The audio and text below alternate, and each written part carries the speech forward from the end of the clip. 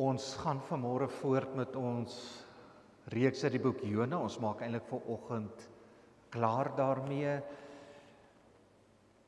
En ek wil begin voordat ons uit Jona en eintlik uit 'n ander gedeelte uit Lukas uit gaan saam lees, vir julle begin te vra, net eers 'n vraag oor waaraan dink jy as jy die woord verlore hoor? Verlore. Ek vermoed ons dink dadelik aan iemand wat die pad byster geraak het. Soos as hy die pad verloor het, koers verloor het. Dalk dink jy aan iemand wat losbandig lewe, wat slegte keuses gemaak het, wat selfs openlik rebellie teen God. Is dit wat jy sal dink verlore? Iemand wat koers op sy pad verloor het. En dalk as jy so oor verlore dink, sê jy dink die laaste plek om iemand te vind wat verlore is in die kerk, is dit nie? Dis iemand juist daar buite wat nie in die kerk is nie. So iemand is ons baie keer verlore. Maar wat daarvan as ek vir jou kan sê dat jy ook verlore kan wees terwyl jy elke Sondag kerk toe gaan, jou Bybel lees en goeie dinge doen. Want jy sien, daar's meer as een manier om koers te verloor. Om verlore te wees. En ek wil vir julle uit Jona en Lukas 15 hierdie twee maniere wys vanoggend in afsluiting met ons saam wees en saam deel uit Jona uit. En ek wil hê ons moet lees Jona 1. Die woord van die Here het tot Jona die seun van Amittai gekom: maak klaar, gaan na die groot stad Ninive toe en spreek hom aan, want ek weet hoe sleg hy is. En dan, maar Jona het klaar gemaak om na Tarsis te vlug, weg van die Here af. En dan lees ons in Jona 3, die woord van die Here weer 'n tweede keer dieselfde, het 'n tweede keer tot Jona gekom: maak klaar, gaan na die groot stad Ninive toe, spreek hom aan met die boodskap wat ek jou sal gee. En dan, wat lees ons dan? Toe maak Jona klaar en gaan na Ninive toe, soos die Here hom beveel het.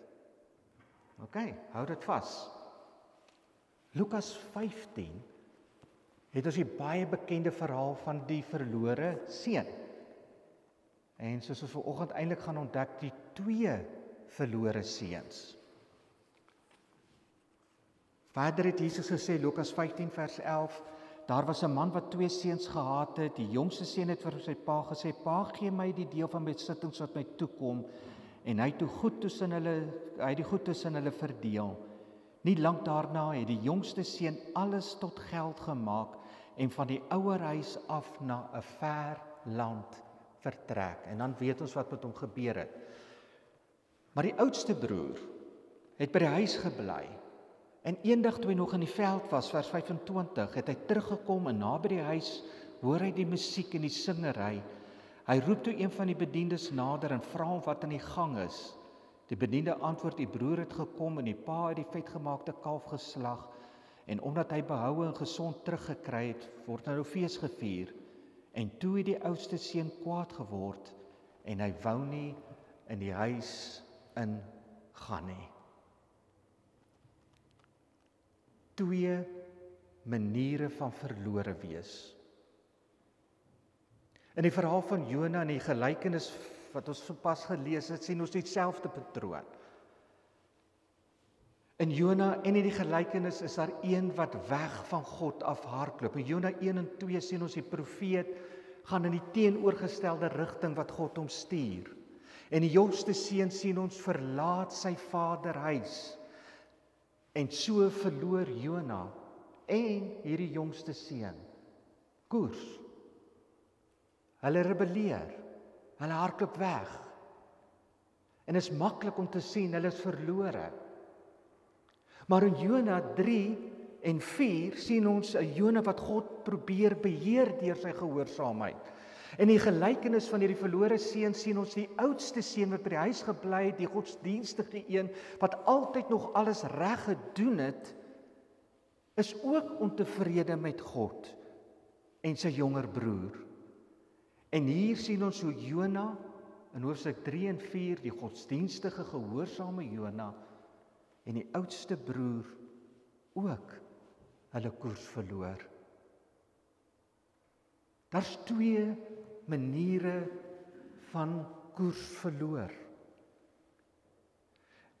En al 2 maniere is hier in Jona en die verlore seun verhaal. Kom ons kyk na hierdie 2 maniere van weghardloop. Ons het dit gehoor, Jona hardloop weg in die eerste hoofstuk van God van 'n roeping wat hy kry. Die roeping, die woord van God bring hom in beweging. Dis nie dat hy ongehoorsaam is, ons het hieroor gepraat. Hy kom in beweging. Maar hy besluit dan self wat sy bestemming sal wees. Hy wil God dien soos hy wil. God sê, staan op, dien my, deur Ninive toe gaan. Hy sê, ek sal opstaan en u dien, maar ek sal besluit waarheen ek wil gaan, ek gaan Tarsus toe.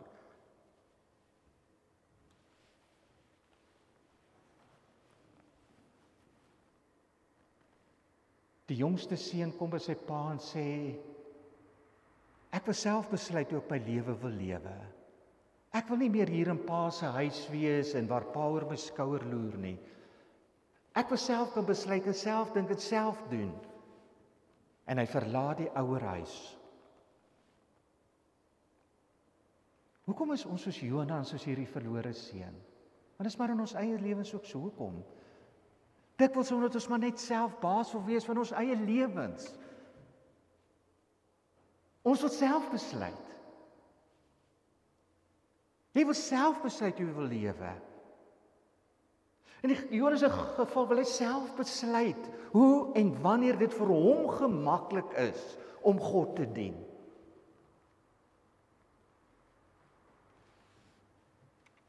En daarom hardloop Jona weg. Verlaat die seun die huis.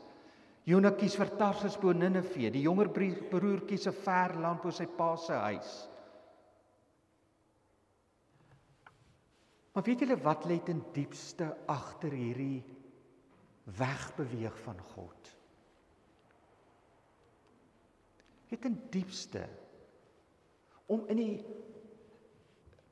die huis van God te wees. En kom sê nou maar in die fisiese huis van daai pa te wees, die 2 seuns. Om by die huis te bly, om gehoorsaam naby God te lewe. Beteken om altyd God se fluistering te kan hoor. Jy is my geliefde kind met wie ek tevrede is en in wie ek 'n welbehae het. Dis wat in die Vaderhuis gebeur. Dit is wat naby God gebeur. Ek het jou lief onvoorwaardelik soos wat jy is.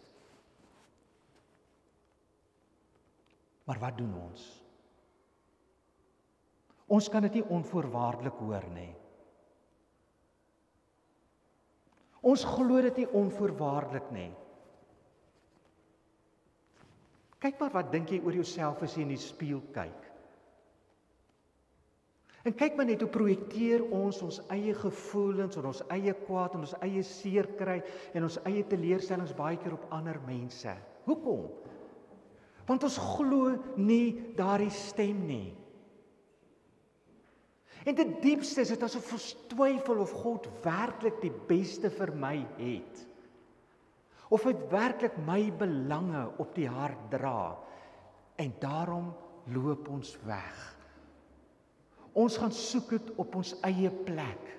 Ons gaan soek stemme op ander plekke om ons te help, eintlik net dit wat ons by die Vader kry.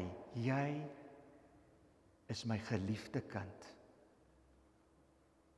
So ons loop weg van die huis. Ons loop weg van Ninive waar ons geplant is, weg van God. En daarom jy vanmôre hoor, ons is elke keer Jona, in Jona 1 en 2, of die verlore seun, wanneer ek God wil dien, soos wat dit vir my gemaklik is, en dit my pas. Ons loop elke keer weg van die huis, ons is elke keer soos Jona. Wanneer ons God nie vertrou dat hy die beste weet vir my nie. Wanneer ek dink ek het beter oplossings, wanneer ek dink ek het beter planne. Ek en jy is elke keer die verlore seun of Jona wanneer ons toegee aan stemme wat sê bewys jouself, jy is nie goed genoeg nie.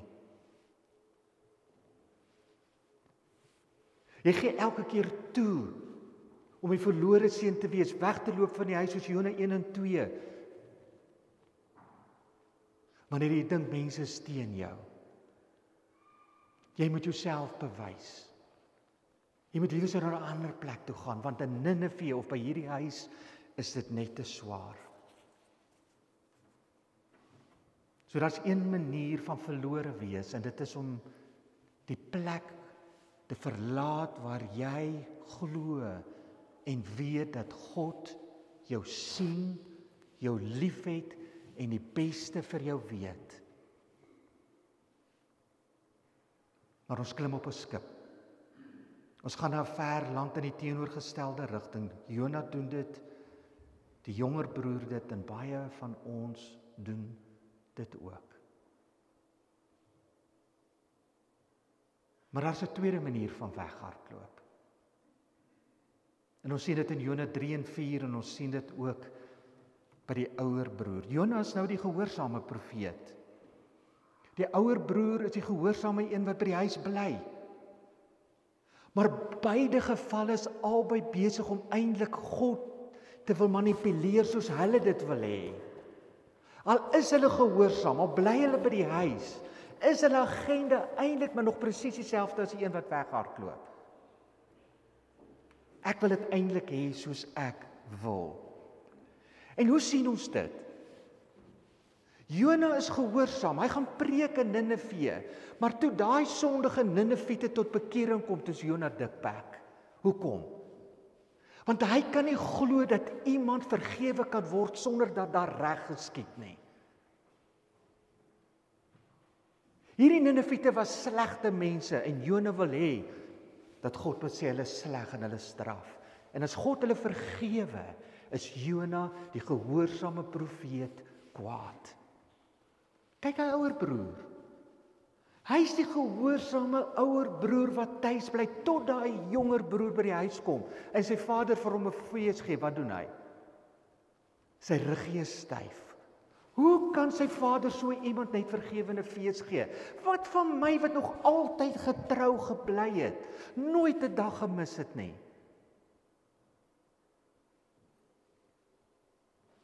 En hy's kwaad. Toe God se genade en liefde anders lyk as wat Jona en die oudste broer gedink het, ontbloot dit hulle harte. Om 'n beter verstaan te kry van hierdie ouer broer, maar ook Jona se verlorenheid, wil ek vir julle skildery wys. Ek weet nie hoe duidelik hy gaan wys nie, maar kom ons probeer hom. Kan julle hom sien? Dis 'n skildery van Rembrandt van die verlore seun. Hier aan die regterkant, gelukkig is dit die liggesig van die ouer broer. Sien hoe een kant staan hy. En aan die linkerkant is die pa met die jonger broer wat hy omhels met sy hande op sy skouers. Maar kyk na daai oudste broer. Een kant, uit die hoogte, kyk hy. Ek kan nie help om te wonder wat deur sy gedagtes sien as hy sien hoe sy jonger pa, sy pa, die jonger seun, die sondige seun, die wegloopseun, die rebelseun, omhels nie. Hoekom staan hy nie ook nader en omhels sy broer nie? Wat laat hom op 'n afstand bly?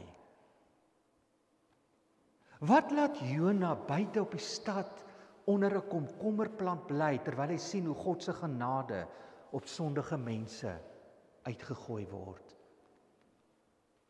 Hoekom kan Jona in die stad ingaan en saam die mense fees vier? Hoekom bly hierdie oudste broer op 'n afstand? Eerste rede, volgende skyfie, is ouer broers beleef hulle verhouding dikwels met die Here is maar net kliniese gehoorsaamheid sonder intimiteit. In Lukas 15 vers 29 sê hierdie ouer broer vir sy pa, kyk, al die jare werk ek soos 'n slaaf vir pa. Nog nooit het ek 'n opdrag van pa verontagsaam nie. Sien julle hoe sien hy sy verhouding? Slaaf. Hy's die een wat hard werk. Hy's die een wat altyd sy kant bring. Hy's die een wat altyd daar is. En reg sy pa durf dit om 'n sondige een te omhels en 'n fees voor te gee. En hy wil sê, wat van my?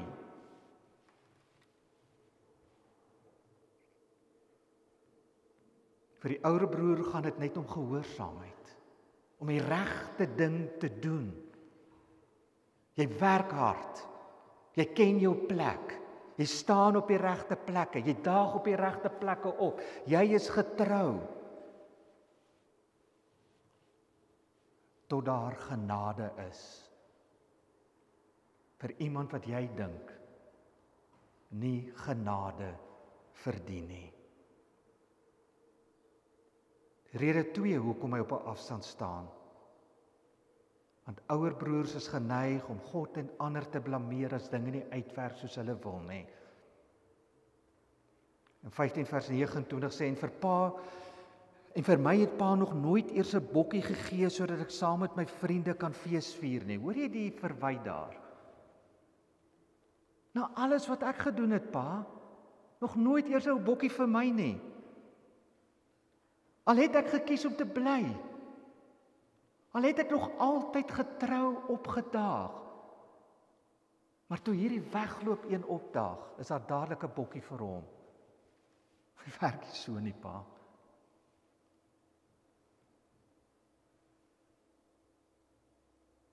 Later sê hy, maar nou dat pa hierdie seun van pa, hoor julle daar?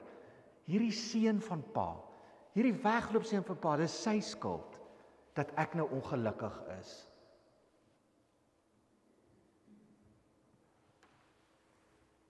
Wanneer ons verhouding op God bou, dikwels op hierdie al die regte goed wat ons doen, die regte manier van lewe,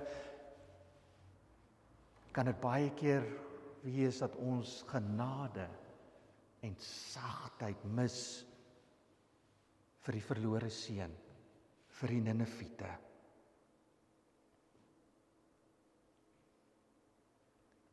En wanneer dit gebeur, word blaam en verwyd dikwels deel van ons lewens. As ek diep na myself kyk, en as ek kyk na Christengemeenskappe, gemeentes, kerke, dan wonder ek, watter een doen die kerk die grootste skade? Die rebellie van die jonger seun of die kwaad van die oudste seun? Daar is soveel oordeel, daar is soveel veroordeel, daar is soveel vingerwysing in die kerk. Ek praat met soveel Christene wat deur Christene seer gemaak is. Ouer broers, wat van hulle hoogte af, van hulle gehoorsaamheid af, blameer en vingerwys.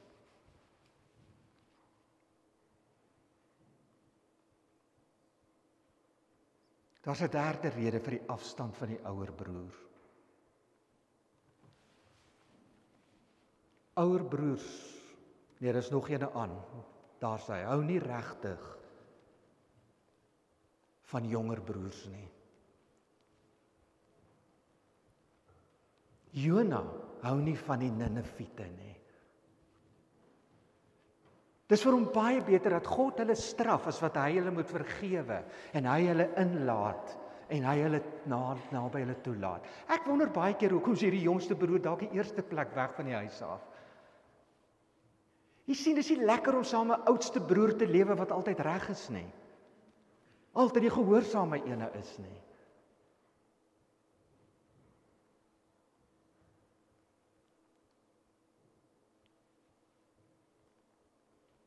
En dikwels dink ouer broers hulle is beter as ander.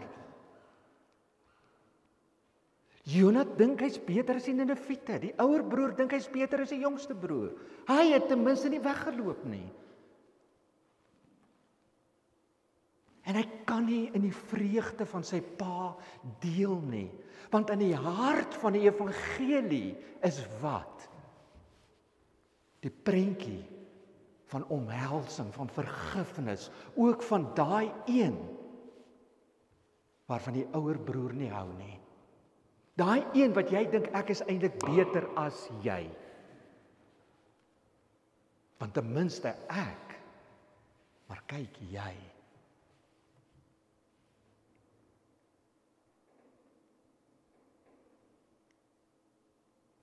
En daarom staan die ouer broer en kyk neer uit die hoogte op 'n afstand. So wat doen die vader nou? Wat doen hy met hierdie oudste broer en met Jona? Blaai vir my een aan, nog ene. Daar sy. Soos in Jona, as hy daar onder in die komkommerplant sit, dikbek, kom God na Jona toe. En dieselfde met hierdie oudste seun. As hy buite staan, as hy nie wil inkom nie, as hy op 'n afstand bly, wat doen God? Skree hy vir hom, hey, los jou nonsens, kom nader. Stuur hy 'n slaaf om hom in te roep? Nee. Hy gaan self uit na hom toe. In die volgende 1 vers 28 sê hy smeek die ouer broer om in te kom.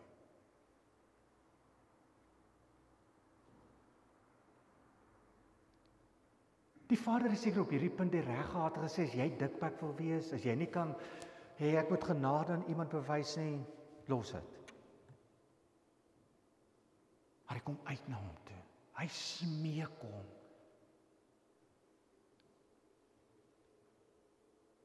Vers 31 sê, hy noem hom my kind. My kind, nie my dienaar, nie my slaaf nie. My kind, jy's ook my kind, net soos die jonger broer. Net soos ek uitgehardloop uit na hom toe, so hardloop ek nou uit na jou toe as my oudste seun en ek sê my kind, my kind. En sê nog alles wat myne is joune, jy was nog altyd by my, so ook in vers 31, wat aan my behoort het nog altyd aan jou behoort.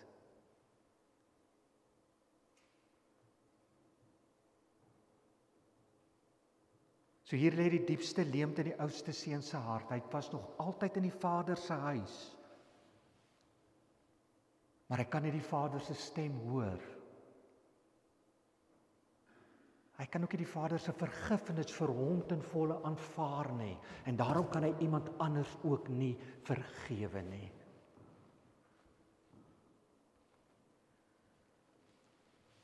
Dit is makliker om op 'n afstand te hou en die ouer broer te wees en te dink aan die slegte jonger broers.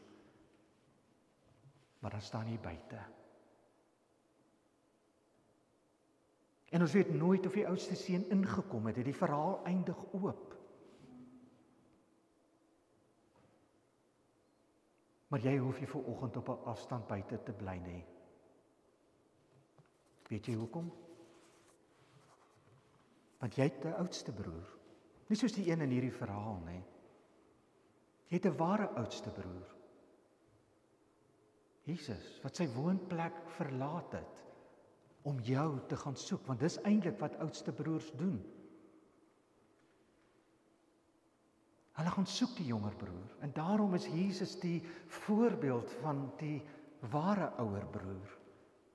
Ouer broers bly nie dikbek by die huis nie. Ouer broers is nie tevrede dat die jonger broer daar buite is nie. Die ware ouer broer gaan uit en gaan soek die jonger broer om te vergewe en dis wat Jesus gedoen het. Hy het sy Vader se woonplek verlaat. Mens kom word. Hy het vir ons kom demonstreer hoe dit lyk. Daarom hoef jy nie op 'n afstand te bly nie. Daarom hoef jy nie toe te laat gevoelens van oordeel en kwaad en as jy iemand sê, te sê met jou sal ek niks te doen wil hê nie. Jy hoef nie meer na daai stemme te luister nie. Want die ouer broer kom agter jou aan. En hy omhels ook vir jou. En hy sê, kom, laat ons fees vier. So wil jy nie vanmôre God se stem hoor? Jonger broer, ouer broer, jy is my geliefde kind, met wie ek tevrede is. Gaan leef dan daarom ook so. Amen.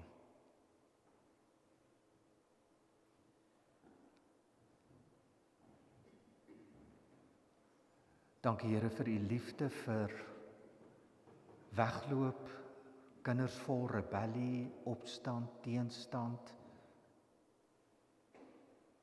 wat u dalk ook wil dien net soos hulle wil, wanneer dit hulle pas. Maar dankie ook u liefde vir Jona onder die komkommerplant, vir 'n oudste broer wat op 'n afstand staan.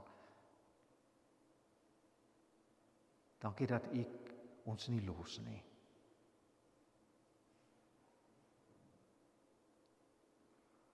En Here, mag ons meer en meer mense wees wat tuis kom by u, in onsself, waar ons die stem kan hoor, u is tevrede.